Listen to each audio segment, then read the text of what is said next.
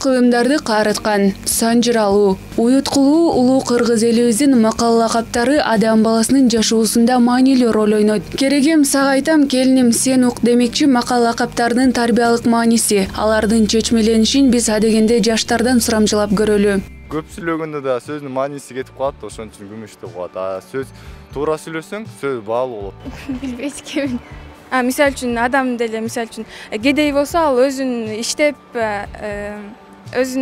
иштеп ар кандай эмгектерди кылып ошо бай адамга тең келе алат да. Башталышын чынын айтканда көп түшүнгөн жокмун, бирок жаман сөздөн кеп калат дегенди мен мындайча түшүндүм. Айтылган сөз атылган ок дегендей эле айткандан кийин ал сөз сенин эң болуп калат. Туура эмес сүйлөп алсаң, анда ал ошо сүйлөгөнүңдөн сен кандай адам экениңин кабар берет, анан анын натыйжасы сөз калат артында. Сөз күмүш, унчукпу алтын. Унчукпу сөз күмүш билет экен, унчукпу алтын деген. Бул сөз деген адамдын башында алган, анан кийин ал ошол адамды көкөлөтүп да койгон ошол сөз болуп эсептелинет да. Унчукпу алтын деп атпайбы? Жаман сөздү айткандан көрөк ошо жөн гана унчукпай кутулуп кеткен бул эң жакшы нерсенин бири. Эгер жакшы иш кылсаң, ошол мактанбай эле жакшы иш кылып жүрөр да. Сен бирөөгө мактанып отурбай эле, баары бир жакшы иш кылдың, өзүң үчүн аксын да. Сөз күмүш, унчукпу алтын.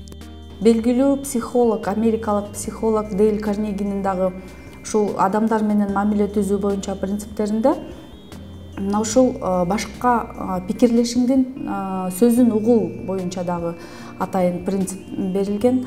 Деги эле угуу бул башка адамды сыйлоо. Биринчи адам өзүн сыйлоо. Бул кемеңгерликке жетүүнүн бир негизги жолу катары.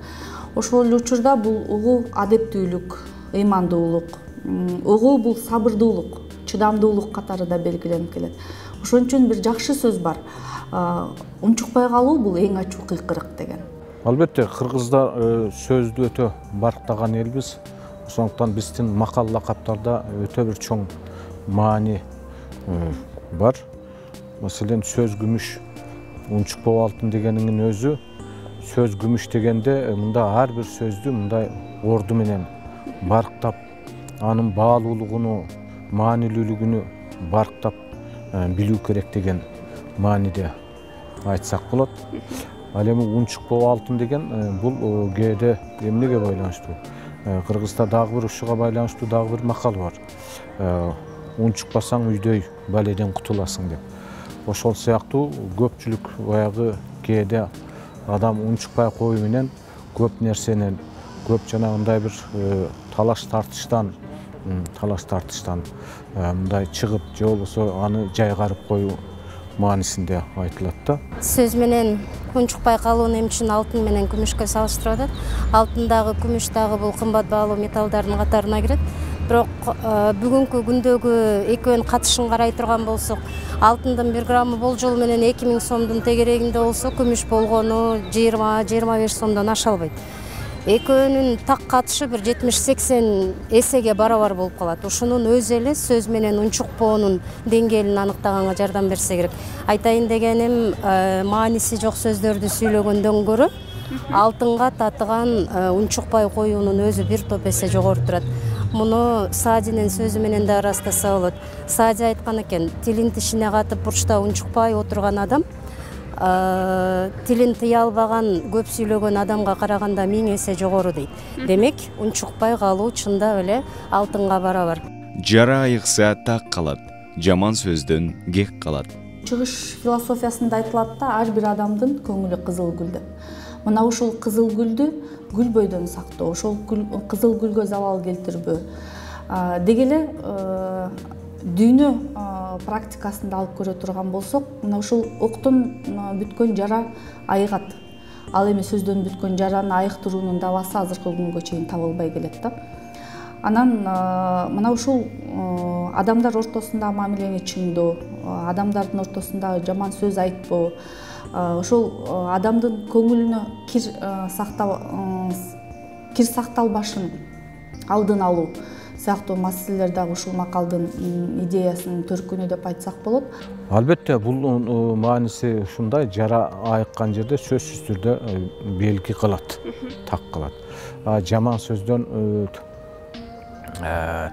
дегени бул сөзсүз түрдө жаман нерсе сөздөн сөзсүз түрдө адамдын көңүлүндө эмесинде кандайдыр бир так калышы сөзсүз түрдө так калышы мүмкүн.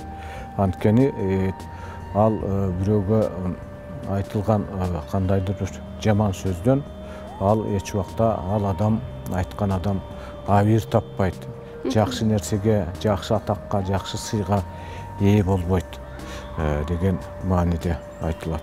Зор адамга жакшы адам сөзү менен теңелет. Бар адамга жок адам күчү менен теңелет. Элди башкаруу үчүн, адам менен мамиле түзүү үчүн күчтүн зарылчылыгы жок. Эгерде адамдын оозунда сөзү бар болсо, тилинен балтамыза сүйлөй алса, адамдар менен мамиле түзө алса, күч эмес, ошол акыл биринчи орунда турарын далилдеген макал. Ошол жакшы бир мындай сый урматка ээ болгон акылман адамга жакшы адам ошого өзүнүн сөзү менен, жакшы мамилеси менен, айткан жакшы бир маанилүү сөздөрү менен ошодон үлгү алып, ошого теңелүүгө аракет жасайт. Ошондой эле бар адамга кээ бир адам күчү менен теңелет дегени бул колунан келбесе ал кара күчүнө салат. Кара күчү менен ага теңелүүгө аракет жасайт. Бирок андан баар таппайт деген мааниде. Баарыбыз сыймыктанган Манас атабызды деле күчтүн ээси катары билебиз. Манастын акылы бакай деп жүрөбүз, Манастын тили ажыбай чоро деп жүрөбүз. Кээде акыл, күч биригип чече албай калган учурларда ошол ажыбай 60 тил билген чоро катары берилип жүрөт. Ажыбайыбыз бал тилине салып, жакшы сөзү менен уруулардын, улуттардын ортосундагы чыр-чатакты жөнгө сала алган экен. Балким бул жерде ошол сөздүн кудурет күчүн дагы бир ирет далилдеп жатса керек.